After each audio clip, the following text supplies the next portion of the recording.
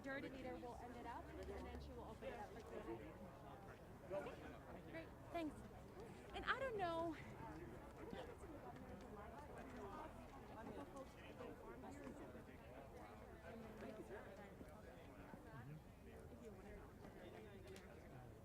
So that's been the latest, like 48 hours. Let me get David, because he knows. Yeah, let's see what's from there. Like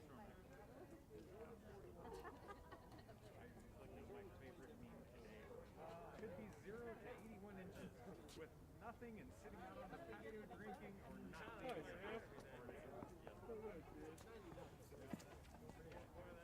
Waiting on the world to change, you know?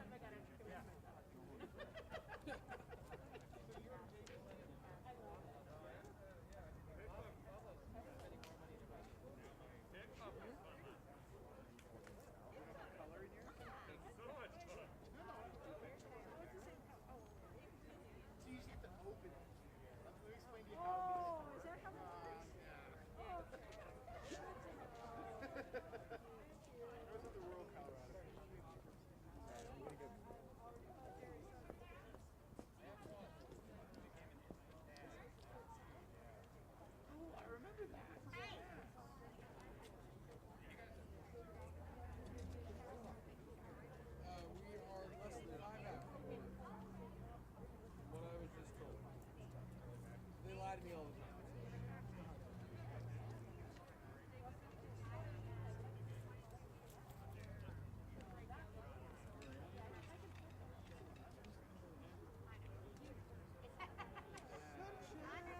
First time I've ever seen money attached to this.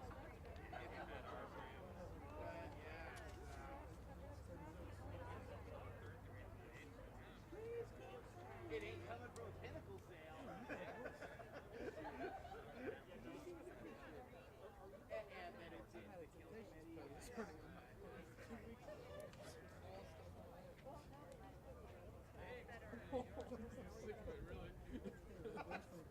Absolutely no. There's definitely worse music that gets stuck in your head.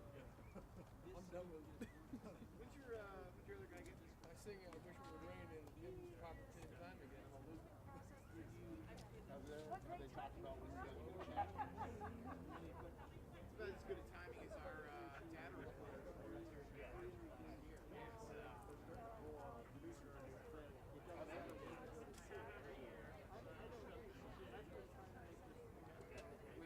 Joe? I never got that post made, but I'll get it made as soon as I'm done. Okay. Yeah. I just got the text message and stuff that I didn't get to make it. Pretty much everything. Maybe come back 1 or 2 days.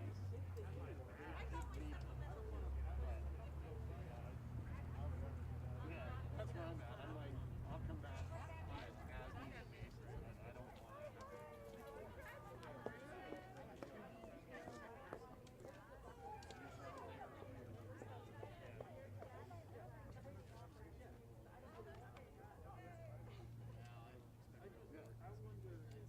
I get the personal, I get that, I totally get it, but if it hasn't, if you haven't been doing it, why change? You know, it seems to be working.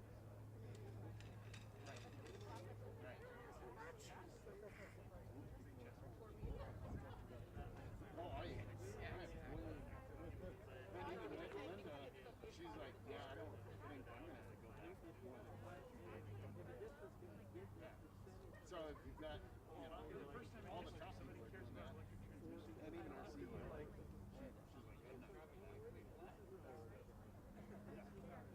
I'm not. I'll come back one or two, you know, and then meetings when I need to. When I got to there, I'm like, got to hurt.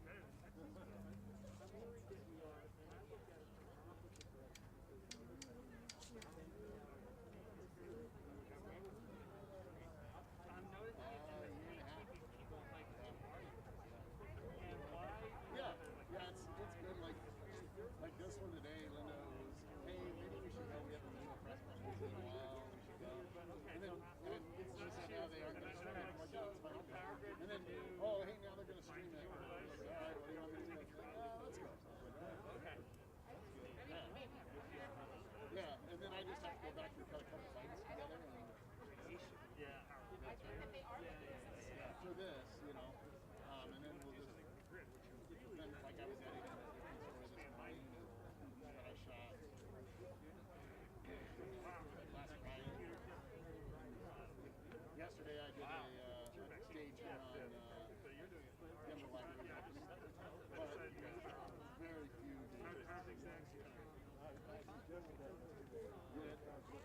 read you in bed every morning, man.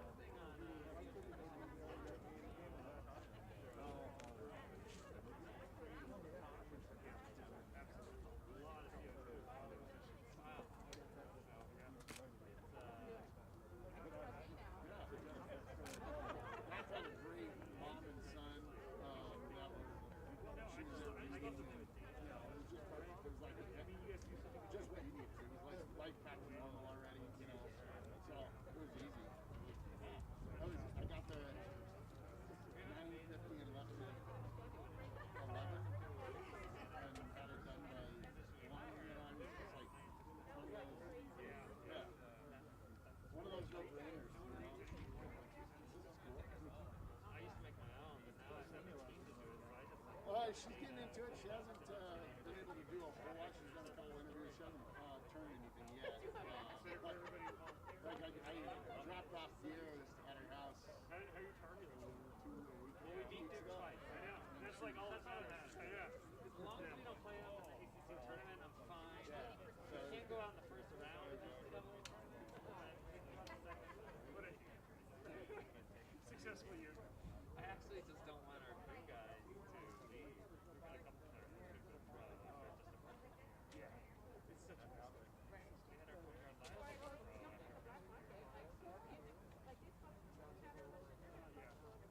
year. The college basketball.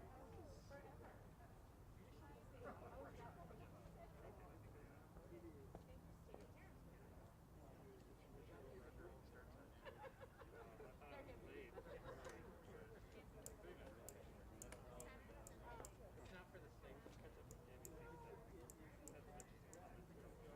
I was like, JVC.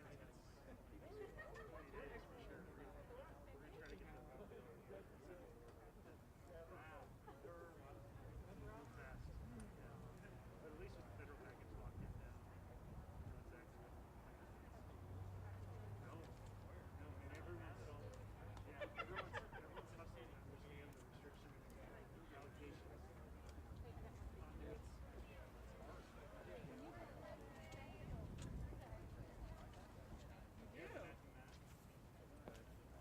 The idea of the game. How are you? Feel good? Feeling good today. Originally, we were looking at like a Better Health, which is like a telehealth company. Sure. And they were like kind of making the deal that, well, we'll do, you know, maybe as much as that. Yeah. You're down there. I think, no, I don't think. Yeah, of course. I'm to the right of the mentor. Set up. You know, just button up when I get up there. Well, I'm always like, actually, I'm always bad. I've never buttoned since until, but once I became a teacher. Leroy, stand up. Literally, someone told me that a requirement is like we're all supposed to be.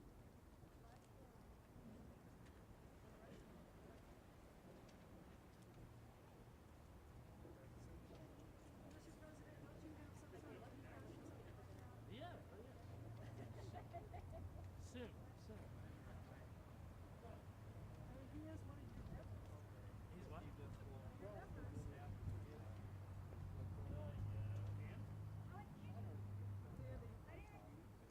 Don't worry about it. Hi, Andy. Congratulations. Thank you. Thank Hi, you. Andy.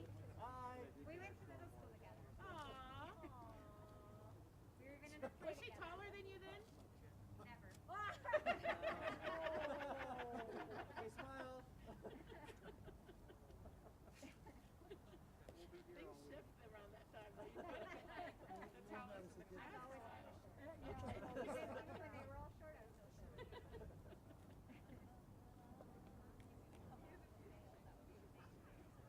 Me too. Mary, are you from Indiana? Are you from Indiana? New Palestine? New Palestine? Central Indy? Near Greenfield? Okay. Oh, my fiance's got a ton of family. Yeah, Roland. Yeah. Well, hey, go Hoosiers. Hey. I gotta go. There was a picture that surfaced this morning of the Bloomington Fire Department putting out a dumpster fire. So I said, oh look, it's even now. Yeah, sure is, isn't it? 9 straight. Dude, that's not fun. Not what I grew up with. Not what I grew up with. Northwestern, hey, the Ivy League of the Big Ten. You know, Northwestern's one giant round away from being an Ivy League school. For real?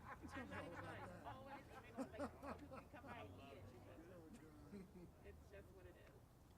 Indiana women's team is doing really well. Yeah. So that's what we're holding on to. Tournament's That's as starting. good as it's going to get. Sure. Well, until Butler does something next week in the tournament. Yeah, it's Butler. That's what they do, right? Did you know that Chuck Schumer saluted the movie Hoosiers on the floor of the Senate? I struggle to keep them straight. And the 100th anniversary of The trend is to just go like that. I can see that. Good stuff. Big day for Central Indiana. Yeah, awesome.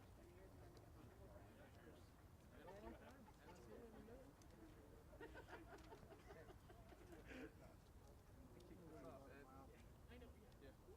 The region. The region. The Yes, region. the region. Those people who want to say they're from Chicago, but they're not, so they say the I'm from region. Chicago, but I mean, it's way on the south side. Coachman? That's what we're looking for, guys. Big 3 of us, PhDs.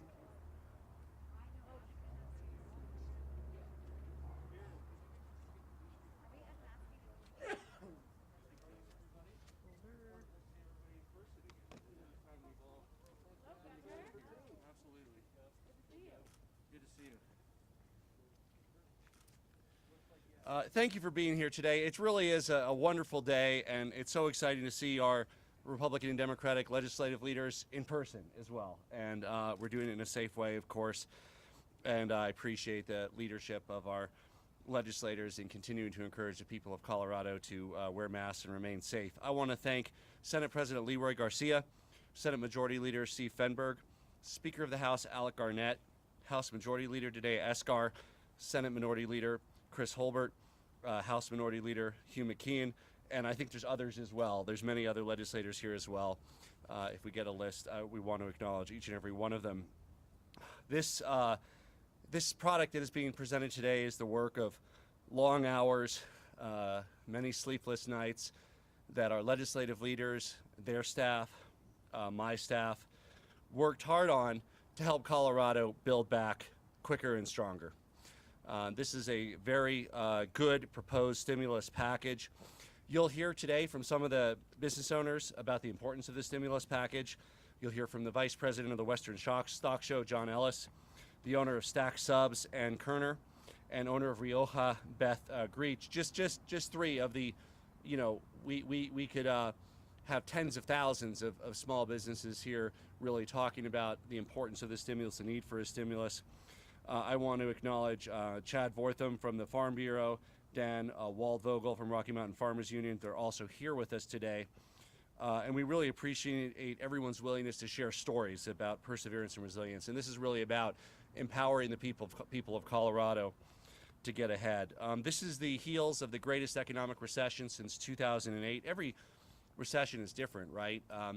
We remember after 9/11, the precipitous decline in tourism for the following year. We remember, of course, the housing crisis, right? 2008-09, led by housing. And this one, major disruptions to the global supply chain, a pandemic, really a very different type of recession than the other two. Each one is unique. But I think that thanks to the strong work of the legislative leadership, the JBC, Colorado will be well poised to build back faster, build back stronger. I'm proud of our Colorado leaders in working in a bipartisan way to do that.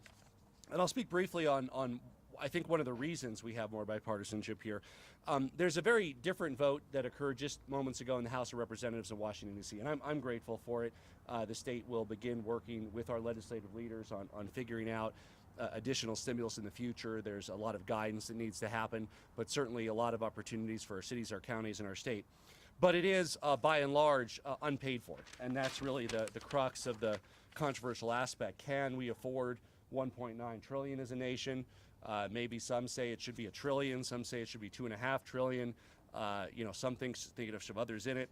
Here in Colorado, we only get to spend money we have. Democrats, Republicans, doesn't matter. We have to balance the budget. And I want to applaud the fiscally thoughtful, prudent work, bipartisan work of the JBC and, in fact, the entire legislature last year on the long bill, because we prepared for the worst. And that is the prudent thing to do. And while the pandemic has been devastating, we've lost 6,000 Coloradans, we've had a lot of folks unemployed, we did prepare for worse. We prepared for longer-term disruptions to the supply chain, longer-term disruptions to tourism and recreation, and greater devastation to the state budget. Thankfully, those worst-case scenarios didn't come to pass. And so we have one-time carry-forward funds with the opportunity to jumpstart Colorado's recovery, putting Coloradans to work today to build a lasting legacy for our future. The focus of this is strengthening small business, improving our infrastructure, supporting Colorado families, investing in rural Colorado, and developing our workforce. And all of these funds are one-time funds, really a goal of being spent down over the next 12 to 18 months, ideally even less than that, kind of the outside limit, 18 months, with no impact on future state budgets, no negative impact, no ongoing component. With that criteria, there's been great ideas from Republicans, from Democrats, from the business community, from mayors, from across the state. Not every idea could fit, of course, with the size of the package we have, although we do hope that there's the ability to do more as we get future budget projections. But certainly all folks could agree that with this unique opportunity we have, shovel-ready projects, putting Coloradans to work, building a lasting legacy for the future, transformational investments, enormous opportunities to be able to move our entire state forward, rural, suburban, and urban, from the corner to corner, from folks that have been hardest hit, to build our economy back quicker and stronger. We have a tremendous leader from Southern Colorado who leads our state Senate and is doing an amazing job really bringing people together around helping us recover from this it's more than once in a generation, it's once in a century pandemic. I'm proud to introduce our legislative leader, beginning with, of course, our terrific Senate President, Leroy Garcia.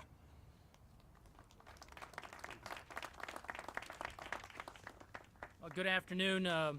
It's good to see you all. Thank you, Governor Polis. It's an honor to stand here today with bipartisan leaders of this great state as we discuss a unique opportunity and solution for the Colorado comeback.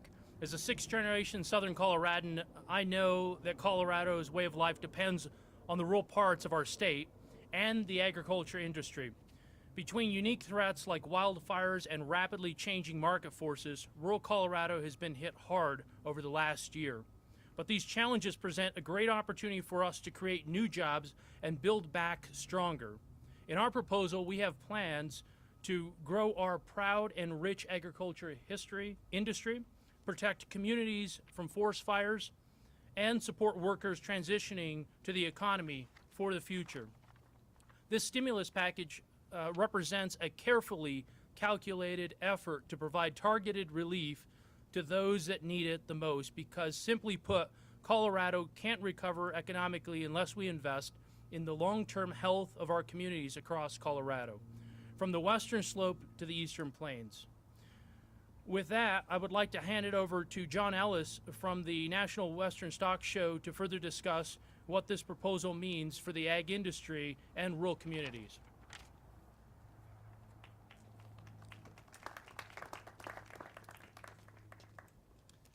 Thank you, Senate President. I appreciate that very much. Today is a very special day, obviously, for rural Colorado, agriculture, Western lifestyle. This is really incredibly important, and we're very grateful and thankful to the state and the legislature. I won't get into too many details, but things like funding for Colorado Proud, helping our rural and small and medium-sized agriculture producers is going to be critical with this funding. Drought response, I heard coming in this morning on the radio, Estes Park is potentially going to get 80 inches of snow. So despite something like that, or maybe it doesn't feel like we are in a drought, we have been a drought in the agriculture communities for many, many years, particularly in southeastern Colorado. So funding for drought preparedness into the future is going to be very critical. Investments in the ag supply chain, which the governor touched on, also a critical part of this bill. I work for the National Western Stock Show. As many of you know, in the live event business, we have been devastated for the last year, unable to have events. Similar with our friends at the Colorado State Fair in Pueblo. So we are very hopeful, steaming forward for a tremendous January 2022 so that we can get back to live events, supporting the agriculture community, and all that we do at the National Western to support the great state of Colorado in agriculture. With that, I will turn it over to Speaker Garnett. Thank you.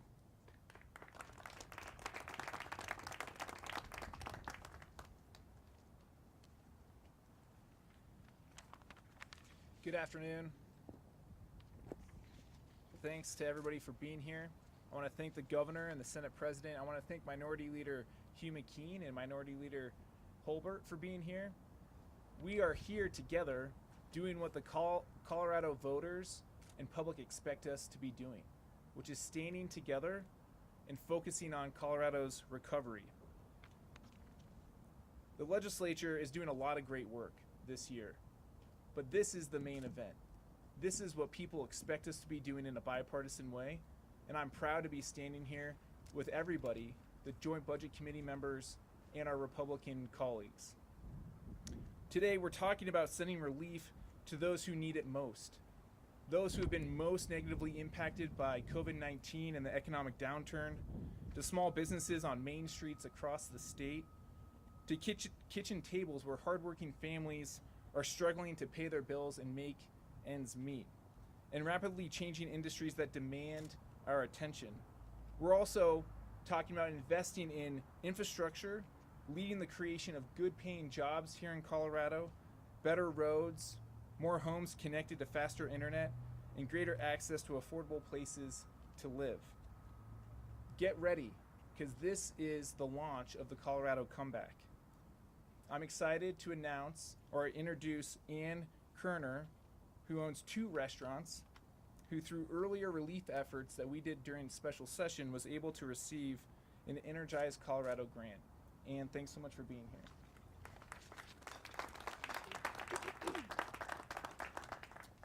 Thank you, Speaker Garnett, for that introduction and for inviting me to be here with you today.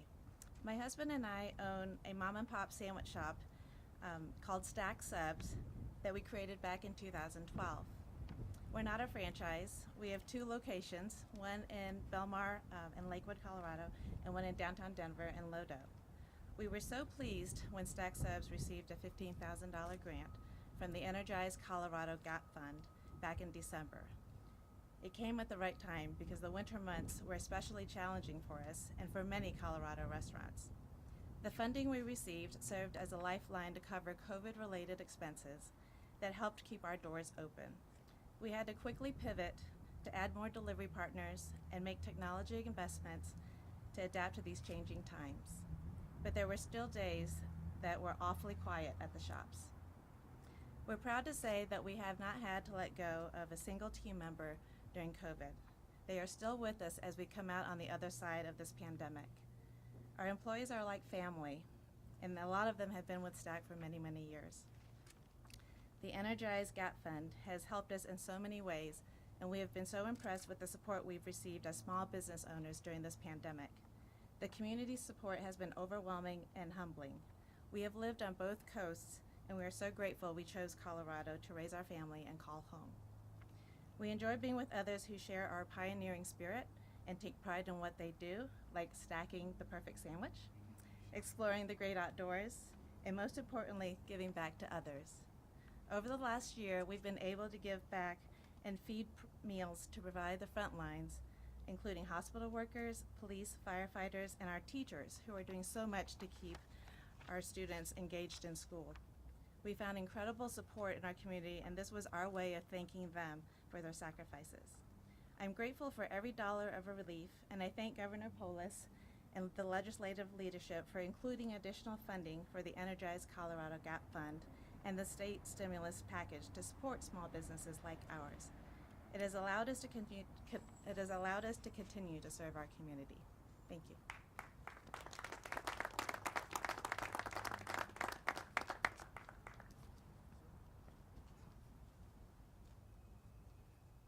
Good afternoon. Thanks everybody for being here. Thank you, Governor Polis and my fellow legislators. I'm State Senator Chris Holbert from Douglas County. I serve as the Senate Minority Leader.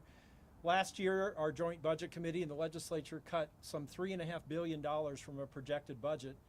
It looks like things weren't as bad as we thought they would be. Maybe the right cut would have been about $2.5 billion.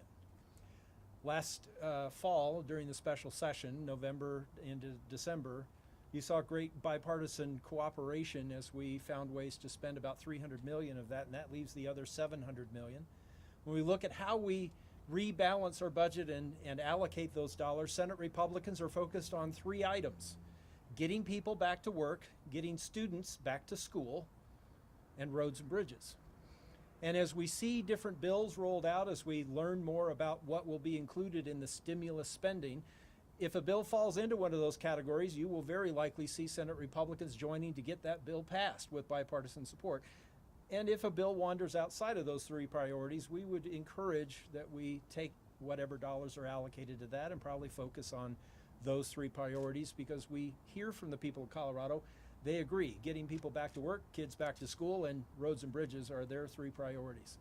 So I'm so happy to be here with everyone standing behind me here. And Governor Polis, thank you. It's a beautiful Colorado day, and I think the future is bright. With that, I'd like to introduce my counterpart from the House. Please welcome House Minority Hugh McKean, Minority Leader. Well, thank you, Senator Holbert. My name is Hugh McKean. I represent the beautiful community of Loveland, Colorado. And it's actually at the base of the mountains where Estes Park is about to get 40 inches of snow. So pray for us a little bit there too. But I thank our counterparts here in the legislature, because we don't always talk about things in a super bipartisan way. We don't always sit down and say, here's some good ideas and let's see how they can get on the table. Like my Senate colleagues, we have those 3 pots. But those 3 pots are the pots that affect every single family in this state.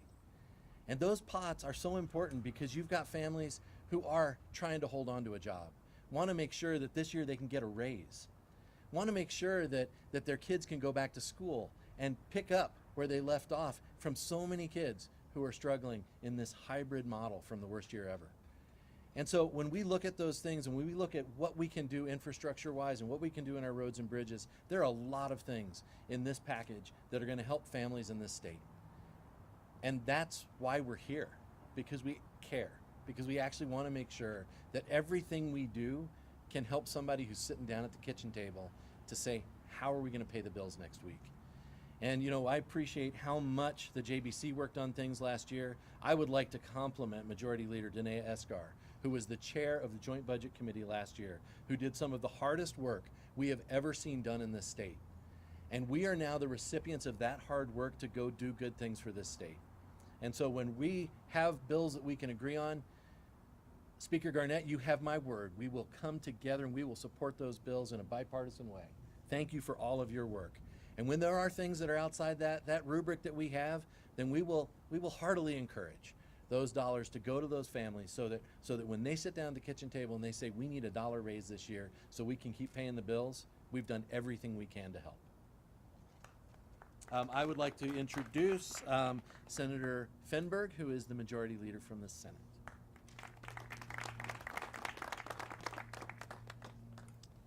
Thank you, Leader McKean, and thanks everybody for being here on this day. I'm excited to highlight one of the main pillars of our state stimulus package, which is the direct support to small businesses around our state. As a small business owner myself, I know firsthand the devastating impact that this pandemic has had on restaurants, on bars, on mom and pop shops throughout our state. Over the past year, these businesses have struggled to keep their employees on payroll. They've struggled to understand the public health orders that they had to comply with. And frankly, many of them struggled to keep their doors open. They have sacrificed so much in order to support public health and to keep everybody safe. But now it's our turn to support them. So that's why we're allocating a very large portion of our stimulus package today to programs that we know will work. We know that they are programs that will lift up local businesses, get Coloradans back to work, and jumpstart our economy.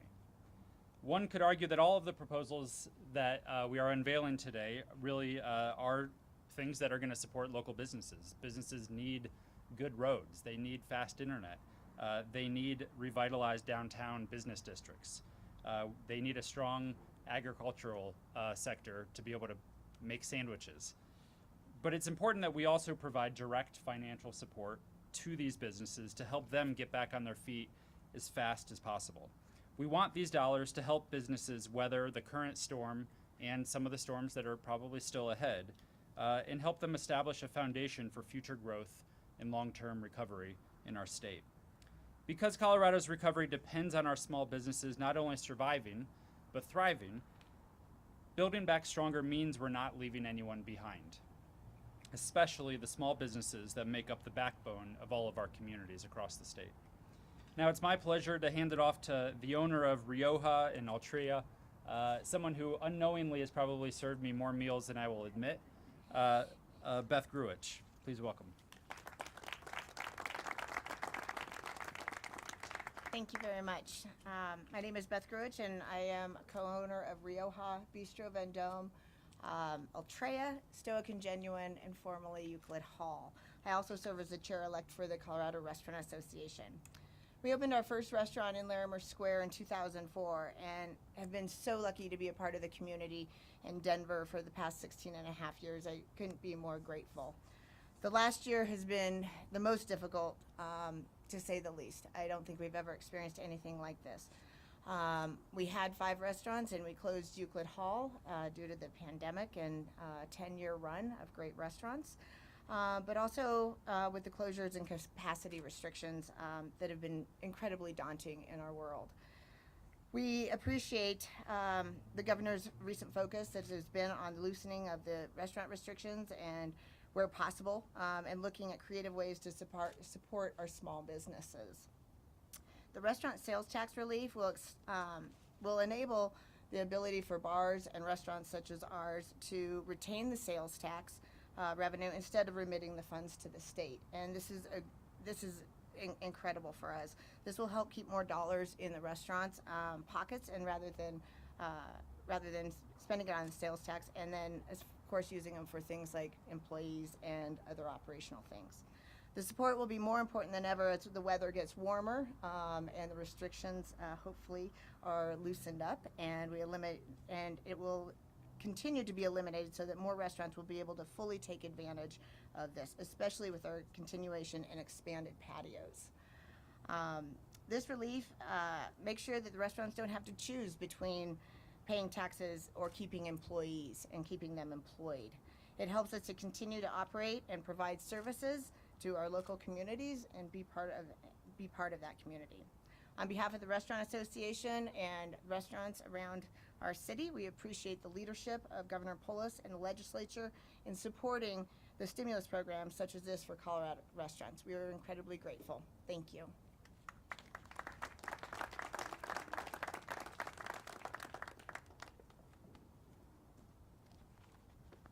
Good afternoon, and Minority Leader McKean was pretty kind in his words, but we wouldn't be here today if it weren't for the entire team of the JBC staff and analysts who worked very hard last year to complete one of the most frustrating, most difficult budgets I think we've ever seen, and including the staff from the executive branch as well, who works on budgets every day with us as well. That's why we're here today. The hard work we did last year brought us to this point today. And as we've heard, this package has a little something for everybody. Businesses, families, rural communities, and more.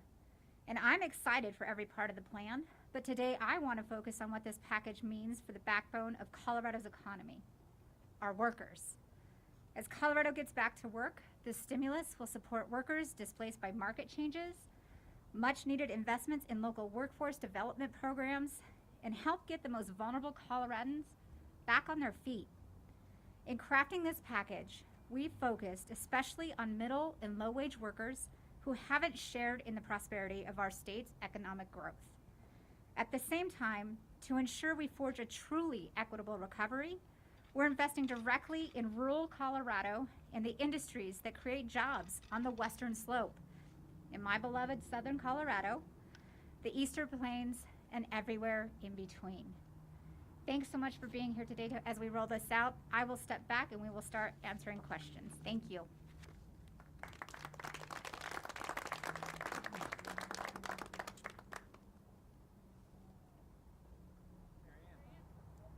I'll get us started off here. What's the total value of this package? Roughly $700 million. Governor Polis, your last stimulus package you estimated would create 10,000 to 15,000 jobs. When you combine this with the special session stimulus package, how many jobs will this create? We'll be happy to run the numbers. We also, of course, want to there's some ranges in this, so we will be able to provide those based on what the legislature does. Some estimates. I would say about retaining jobs. That's what we're talking about in the case of, for instance, restaurant tax relief, creating jobs, economic incentives, some of the OEDIT programs and others, and of course relief to workers, which indirectly creates jobs because then it increases spending. They're going out to stores and going out to restaurants and supporting those jobs. So we'll be happy to provide some updated projections based on when the package is finalized. But it's safe to say this is smaller than what you originally wanted, so it might create fewer jobs, because you originally had, I think, 1.3 billion, is that right? Well, look, the state legislature will work to spend the money that they have and invest it. And if there's more money that's apparent later in session, we'll work with them to do that. We also will look forward to working with them on the federal money once we know the guidelines around that. But I think we're very pleased to have worked with the legislative leadership on this package of about $700 million, added to about the $300 million that already went out the door. Can you talk about how these different proposals are going to be rolled out specifically, when we can start seeing bills? Are these all going to be individual bills, and are they going to be bipartisan? Yeah, so for the question for anyone who didn't hear was more about process and how it's all going to be set up. A lot of the ideas that you see in the packet that you have before you will be individual bills that legislators will work on together. Again, a great opportunity to be bipartisan. We facilitated ideas from every caucus, both in the House and in the Senate, on what should be included. And of course, if there are additional ideas that are out there that haven't been included, we're open, but they should be moving in individual bill form.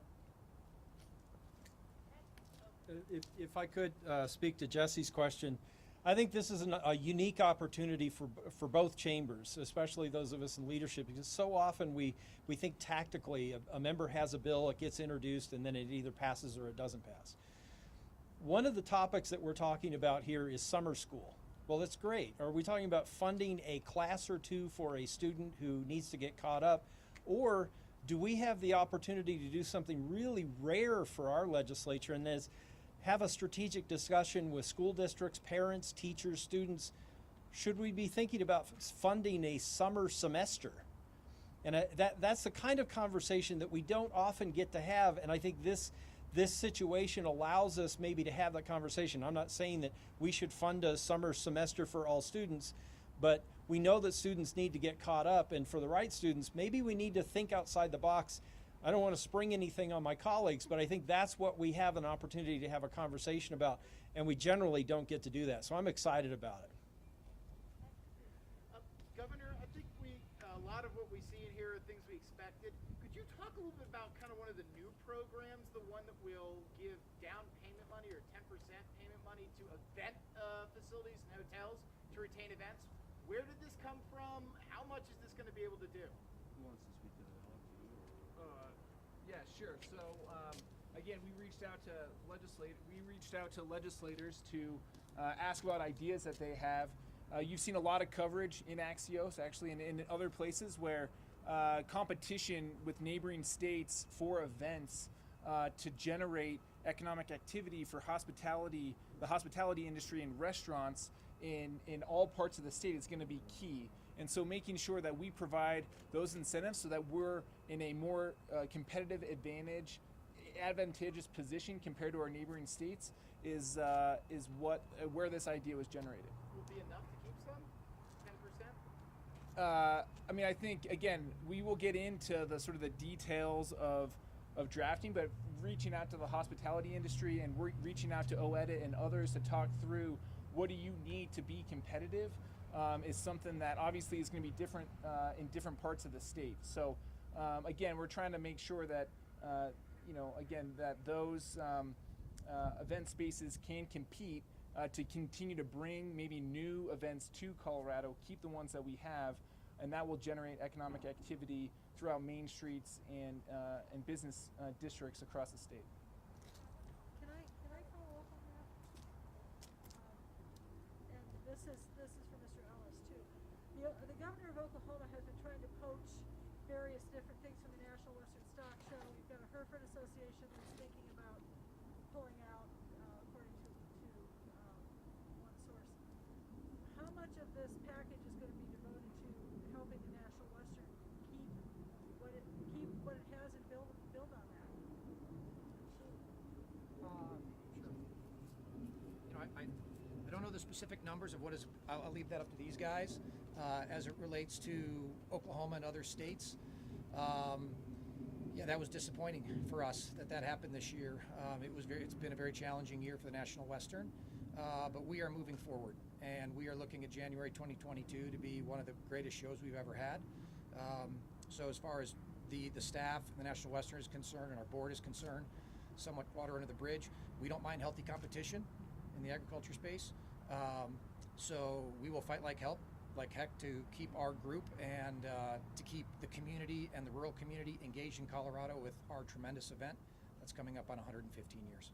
But specific numbers, I'll leave to these guys. And I think, listen, the stock show has said that they need money to bridge between now and January of 2022. I think the number was somewhere $3.5 million. But the legislature stands committed to make sure the stock show has what they need to remain in Colorado and to keep the rich history that the stock show represents to the state of Colorado. But it's not the only event in the agricultural community that's been hard hit. So we're talking about small and medium-sized events that have been hit. The Brush Rodeo, the State Fair is sort of on the larger side. But there are two pots. What Ed was talking about was more geared towards business events. What we were talking about here is more geared to ag events, and communities across the state have been impacted. And so this is thinking through a range to address small, medium, and large ag events. I'll just add, look, I mean, I'm sure the dollars are important, stock show, state fair, but beyond the dollars, the bipartisan vote of confidence and support by legislative leaders and legislators in Colorado and the governor really goes a long way to showing the importance of the ag industry, farming and ranching in Colorado. How will this work with federal funding? Yeah. So you never count your chickens before they're hatched. I know the House just voted, and we expect President Biden to sign something. We need a lot of guidance, a lot of information. We look forward to engaging with legislative leaders, their staff, our budget staff, to begin parsing that. But we just got this state stimulus out the door. We're very excited. This is a product of many, many weeks of work and thoughtful input from across the state and across the political spectrum. And once we get the parameters on that federal piece, there'll be a similar process that we'll have details on soon. And let me speak just for a second to that. So there's a really important thing to note in this, and this is state money. This is money that we saved in our budget that because we cut things so dramatically and we had this revenue, that the legislature, and thank you, Governor, for recognizing that this is where we have that role. Where we have that role to step in and say, this is what we need to do for the state. So we see it very much as two different pots. The federal money comes down for very many of the things that it needs to do. These are state dollars. These are state dollars that your legislature is going to debate. We are going to do, as you heard Senator Holbert say, we are going to rarely prioritize how we spend these dollars so that it helps families in the state the most. How much did you put aside in the piggy bank? How much money are we talking about? I will give you. We've heard the big numbers here, around $700 million. But the big thing here is that we made decisions this last year, and we had impacts in this period of COVID that we will be recovering from for a long time. So the dollars we can spend today to help families in the state is one thing. The other dollars that I think that we all need to be focused on, and my colleagues have heard this as well, we have stripped our unemployment insurance trust fund. We have got to put money back into that at some point. We have got to do the other big things that we need to do. That is not the conversation today, but that is the conversation we'll have in the months to come.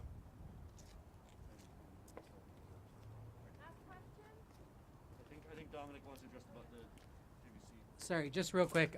Senator Rank and I just came down because it always makes me a little nervous when non-JBC members talk about the budget.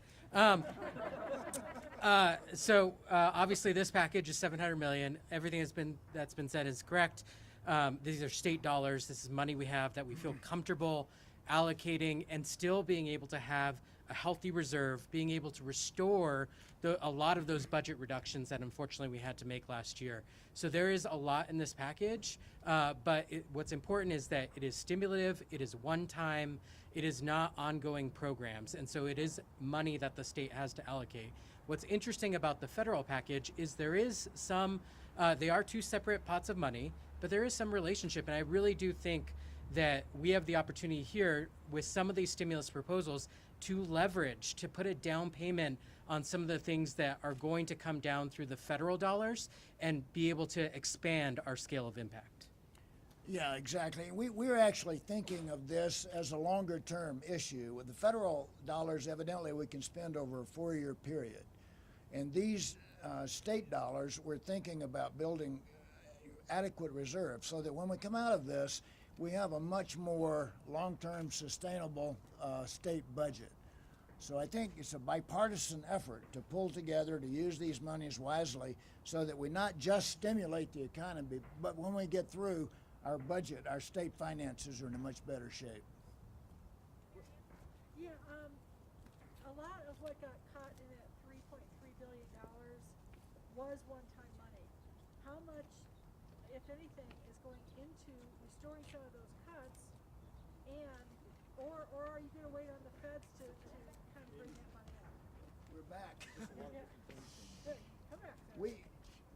We are prioritizing restoration of budgets that we cut last year. So things like the education budgets, many of our healthcare programs, as we are going through this line item by line item, our first priority is restoration of those programs that take care of our people. And I'll just add, I believe that's a priority of the governor's office as well. We just have the benefit of having updated information that they didn't when they proposed the budget. When they proposed their budget, we didn't know that revenues were going to come back to a level that they are. And so we have the benefit of added information. I think we're going to continue to get good information at next week's forecast. Looking at you, Lauren, hopefully you have good news for us. But we are certainly working with the governor's office to make sure that there's room for stimulus and there's room to restore those budget reductions.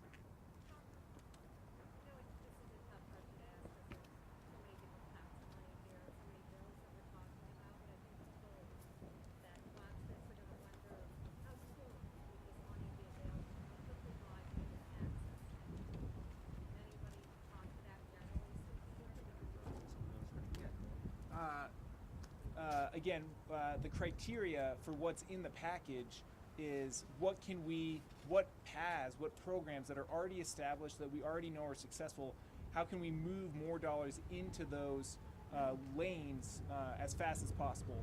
So I think once bills start moving through the process and being signed by the governor, those dollars are going to start going into those places and people are going to have access to them. Many of the things that we did in the special session, many of those dollars have already been tapped, and there's still need out there. So I think it's fair to say quickly, as soon as we make it through the legislative process. When are these bills going to start being introduced? Because the governor said it was crucial that these things move quickly already a month into the session. I mean, a month into the session, depending on which timeline you're looking at, isn't that long. In my view, it's a really long time. But in terms of making sure we get this right, that we collaborate with the ag industry, small businesses, and all the people we're collaborating with to find these ideas, Democrats and Republicans. We want to make sure we're not making any process fouls, that we're not leaving any good ideas off the table. I feel like we're in a good place now, and we're going to start moving quickly through the legislative process. Great. Thank you all.